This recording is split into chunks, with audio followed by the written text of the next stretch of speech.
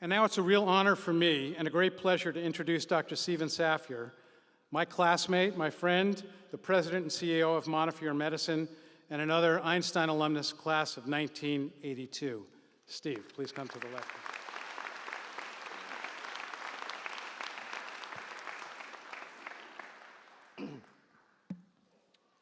Gordon, this is such an exciting moment for all of us. Ira and Nancy, I met Paula the first day in the Max and Sadie Lounge. I met Gordon the next day. Today, we have reached that moment when degree granting has become a reality. This is especially true for you and I as we reflect back to our graduation from Einstein all those years ago.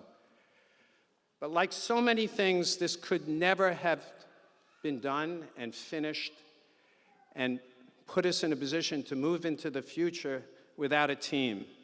And at the risk of not naming everybody, there are a lot of lawyers.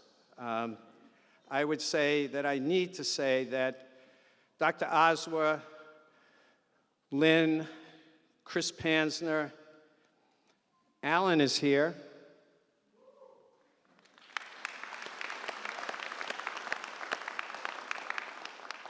And Ed, always Ed.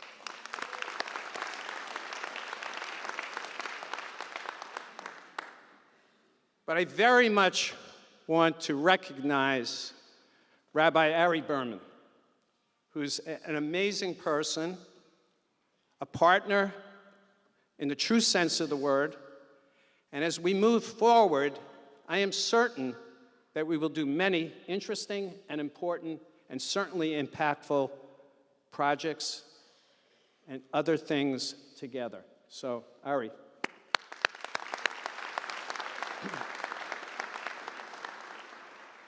So now it is a great pleasure for me to introduce my friend Sanjay Gupta.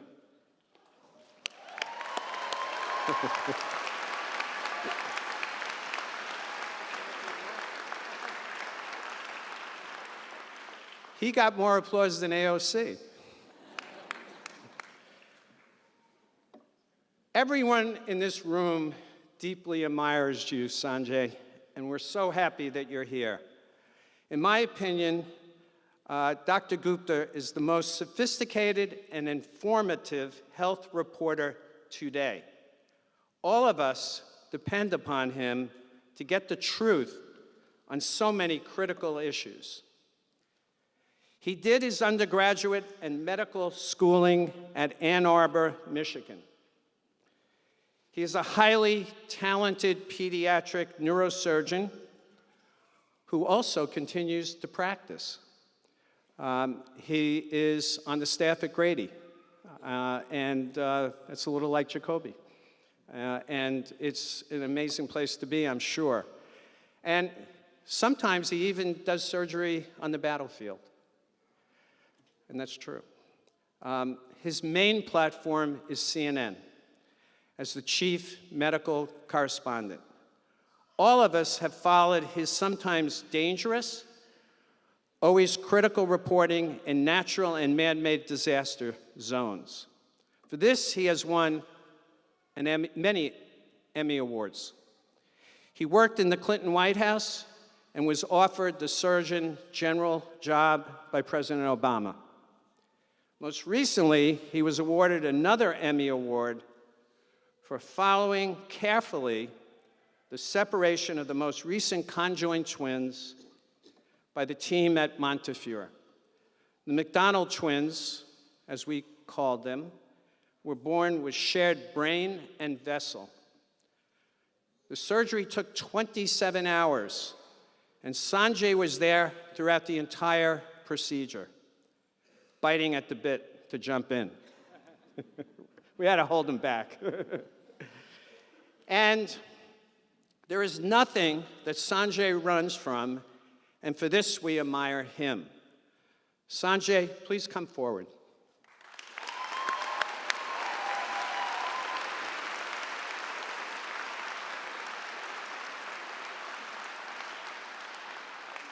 So he's going to get his degree before all of you. It gives me great pleasure to present you with this honorary degree, honoris causa, as a Doctor of Humane Letters of the Albert Einstein College of Medicine and graduate programs. Congratulations, my friend.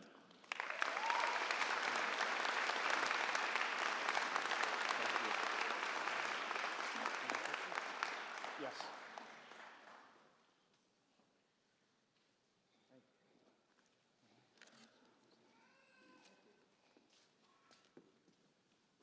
Hey, everybody. How's it going? Thank you. I want to thank President Safier and President Berman, members of the faculty, Board of Trustees. I also want to spend a minute just thanking all the families for being here today. I don't think you guys get enough credit on a day like today. So much of what's happening today is obviously because of all of you, and now that I have my own 3 kids who are growing up so fast, I recognize that more than ever. So how about a round of applause for your families, everybody?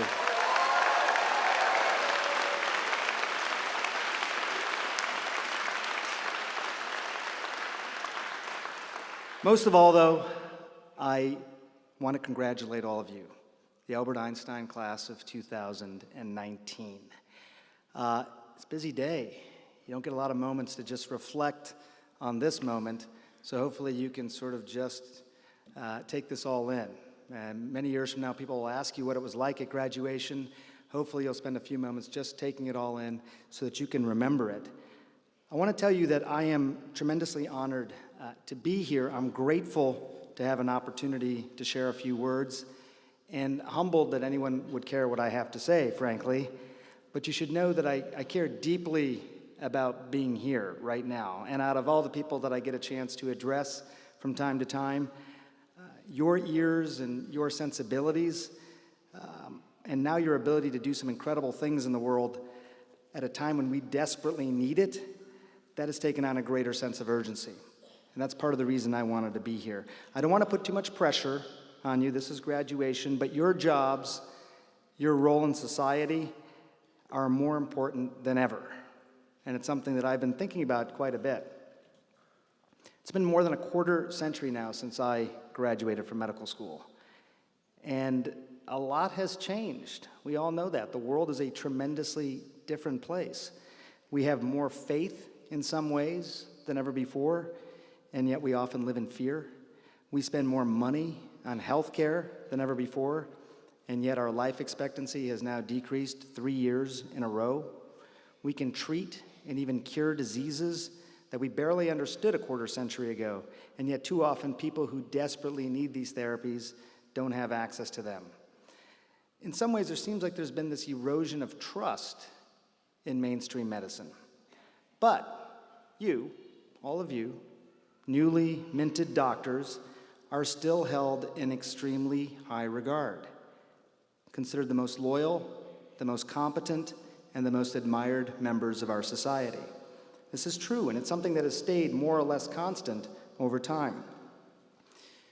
The degree you now have, the compassion that it represents, the unique place that you have in our society as shaman, as medicine women and men, as healers, is something that's truly worth celebrating. You have the capacity to restore some of that faith, to reverse some of those tragic trends, and to reassure people who are going to depend on you. The institutions that you are going to come to represent, I think, are some of the institutions that we are going to value the most throughout the course of history when we look back generations from now. And I can tell you this as well, as someone who's been doing this for a little while now, there's going to be times when your life trajectory seems a little confusing, a little muddled, and you're going to come to appreciate just how important the clarion call of compassion can be. You're going to wake up every morning knowing your purpose on earth. And that's an enormous gift and an enormous accomplishment. Now, it comes with obligations. All of that comes with obligations. You have to protect the legacy of medicine. You got to think about what that means. You have to continue to contribute to its growth, and most importantly, you're going to have to always respect that sacred bond between physician and patient, making sure that it stays sacred. because there's no other relationship like it in our society. You got to remember to be humble. You got to remember to soak yourself in the privilege of your profession, but never the arrogance. You got to remember that there's incredible tradition and ritual in caring for patients. Traditions and rituals that have been passed down for hundreds of years. And those rituals should never be abused. You're going to stand there in your crisp white coat. Your patient's going to be wearing nothing but a paper or cloth gown, probably fumbling with the ties. You're going to have your tools, bright lights and hammers and blades to shine and bang and probe. Your patients are going to be worried, sensitive, insecure, guarded. They may barely know you, but at that moment, you're the most important person in their lives. It really is the greatest privilege given by one human being to another, to care for them at their most vulnerable time, to restore them to health when their bodies have betrayed them, to take them to the brink of death if you have to, but then promise to bring them back in better condition than when you started. So just remember to always be kind, to smile, to touch, and don't just learn the definition of empathy, but live it by truly putting yourself in the shoes of your patients. It is an awesome task. It is the best job in the world. That's the first thing I wanted to tell you. The second thing I wanted to tell you is that I'm a little nervous up here. I really am. Truth is, I might be a little nervous because I feel a bit like an imposter, a bit like a fraud. I'm not sure I have any business being up here. Many of you, along with your parents, may have Googled my name when you're figuring out who the commencement speaker was. So thanks for still deciding to come. Appreciate that. Many of you may have found out I made a few documentaries about medical marijuana and why did the medical school invite me in the first place? Fair enough, I get that as well. The truth is I don't remember much about my own commencement. Nobody really does. I did remember that it just was important, an important moment, right? I mean, if you're still wearing a robe at 3 o'clock in the afternoon, it typically means you've just given up on life, but here, it means something important. So what is it? What does this day mean to you? How does it fit into the way that you view the world and how you think the world is going to unfold over the next 50 years? What's going to be your place in that quickly changing world? I never really thought about the big questions. Didn't have a lot of time for that until many years ago when I was covering a war in a faraway land. It was in the middle of this Shamel sandstorm in Iraq, and it was one of these sandstorms where you could not see your hand in front of your face. You lost all your air protective cover, and day suddenly turned into night. And this lieutenant came running into our dusty desert tent, and I can still hear his words, "We are being overrun," he said. I still hear that voice, and I still hear the gunshots that seemed all too close. And I remember watching people as they started writing letters. They just started writing notes. They wrote letters, they wrote notes, they wrote anything to be remembered in case they died. And I was told to do the same thing. Write a letter, put it all down on paper, make it count. So I ask you graduates, could you write the letter? To whom would you write? What would you say? How would you summarize your life in a few short sentences near its end? I don't know what you'd write, and maybe you've never thought 2 seconds about this, but you should make sure that you can write this sentence. I am the person I always wanted to be. Make sure you can write that. Today you might be a little scared. You may be kicking yourself for feeling that way, but don't. There can be tremendous value in embracing fear. You're going to do that a lot. Truth is, I like to be scared, just a little bit. I get something out of it. I've been shot at, I've been beaten, I've been starved, I've been humiliated, and all of that was just from my wife after the last boys' weekend away. But I really have been told no more times than I can count. I was too small, I was too dumb, I stammered too much, I lacked talent, I was incapable of understanding, I was socially awkward, I had too much of a Midwestern accent, had a funny-sounding name, I spoke too slowly, I was told. After moving to the South, they told me I didn't speak slowly enough. Though I had a hard time seeing it, each time I was told no, I was inspired a little bit more. Each time the accomplishment seemed a little bit sweeter. Each time you get a chance to turn no into yes, it makes you feel like you've lived a little bit more life than if you hadn't. So I think being scared, a little scared, is good. And I think the corollary is also true. Never being scared is bad. Too safe, too careful, not enough risk, too much talking, not enough action. I'm not talking about risking your life. I'm talking about imagining things you never thought possible. I'm talking about savoring it when someone tells you no, it can't be done, because you know deep down you now have an opportunity to do the impossible. Your colleagues at this hospital have done those things that many thought could not be done. I saw it with my own eyes back in October of 2016. Two adorable little boys, Jaden and Anais. Jaden rambunctious, Anais contemplative. Jaden dominant, Anais more willing to go with the flow.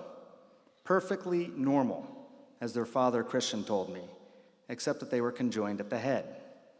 Craniopagus twins. Jaden and Anais shared about 2 square centimeters of brain tissue, including parts of the sagittal sinus. That's a major blood vessel that carries blood away from the brain.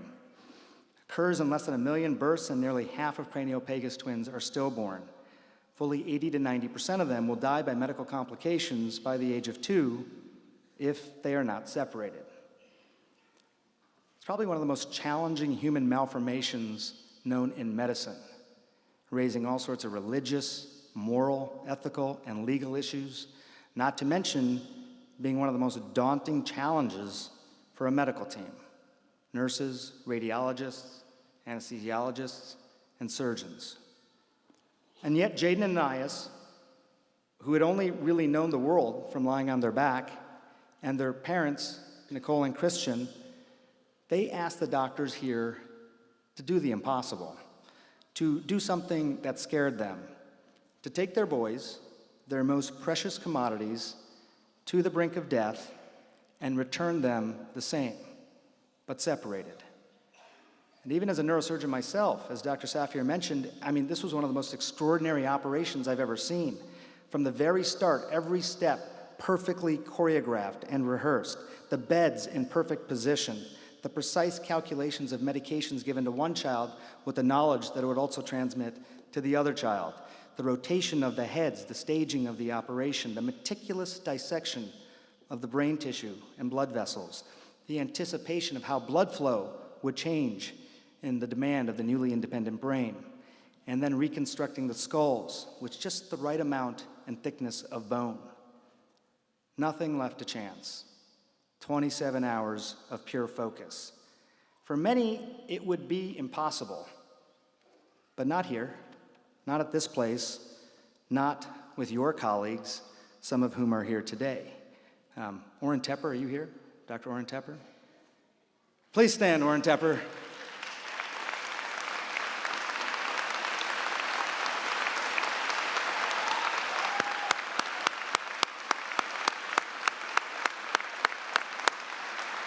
Thank you, Oren. And thank you for teaching us an important lesson as well. I think it's one of the most important lessons I'd hope that all of you can remember today.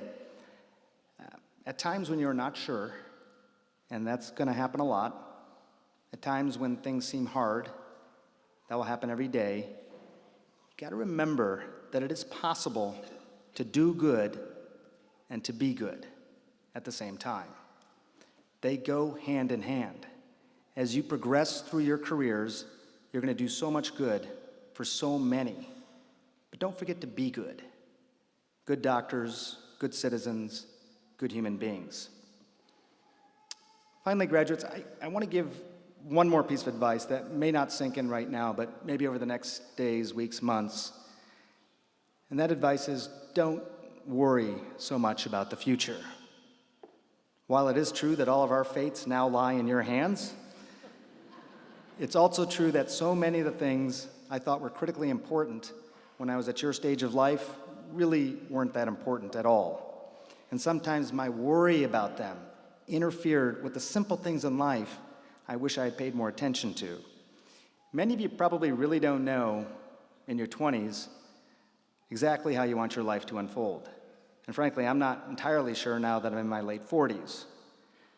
Don't let money dictate your decisions, and remember what it was that made you happy before everyone else started trying to define it for you. You know what makes your heart swell. You know what makes that breath catch in the back of your throat. You know what gives you that chest tightening with anticipation. I hope you all go get that, graduates, because you deserve it. Congratulations to all of you. I'm here with you. I will be with you. And we're all very, very proud of you. Congratulations.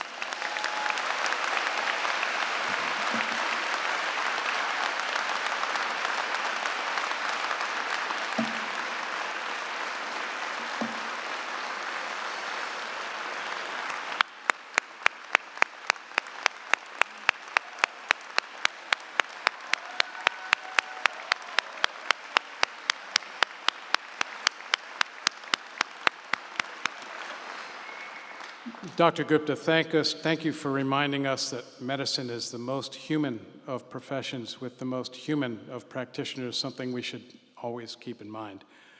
A truly inspiring speech. Thank you.